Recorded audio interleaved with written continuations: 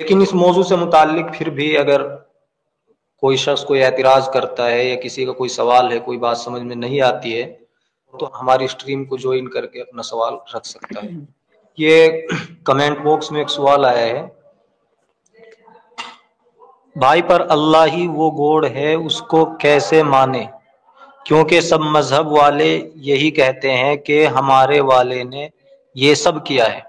یہ تو ہمارا موضوع دیکھیے، نہیں ہے، موضوع تو ایگزسٹنس آف گوڈ ہے میرا خیال ہے، بالکل لیکن پھر بالکل بھی یہ ہاں آپ یہ کچھ ایک کہنا موضوع چاہیں تو کہہ الگ سکتے ہے ہیں۔ کہ کس خدا کو مانے۔ ابھی بات چل رہی ہے کہ خدا کا وجود ہے بھی یا نہیں۔ جو یہ سوال کر رہے ہیں کہ کس خدا کو مانے، پہلے وہ اس بات کو بتائے کہ کیا وہ خدا کے وجود کو مان گئے۔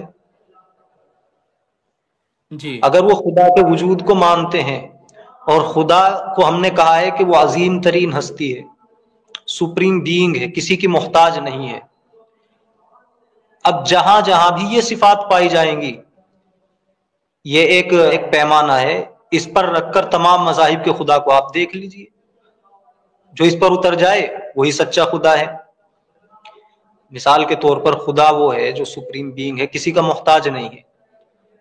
اب آپ جائیں وہاں خدا محتاج ہے، وہ انسان بھی بن جاتا ہے، تین سے مل کر بنا ہے، کھاتا بھی ہے، پیتا بھی ہے، سوتا بھی ہے، تو یہ تو محتاج ہونے کی علامت ہے۔ تو پتہ چلا کہ وہ اس پیمانے پر پورا نہیں اترتا۔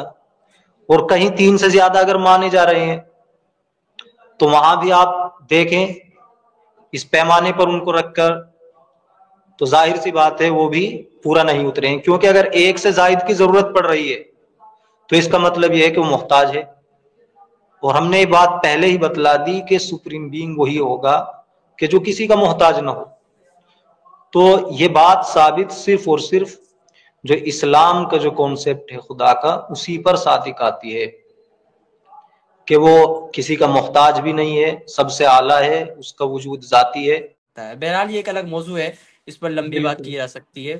یہ تو موضوع فی الحال یہ جو ایگزسٹنس آف اصل گوڈ کا ان ہے۔ کا جو سوال تھا کہ کس خدا کو مانے، اس کا جواب یہی ہے کہ خدا جی کی جو صفات ہیں اور جس بنا پر وہ خدا کہلاتا ہے، مثلا اس کا ایک ہونا، کسی کا محتاج نہ ہونا، سب سے طاقتور ہونا، یہ ساری صفات جس پر صادق آئے آپ اس کو خدا مان لیں۔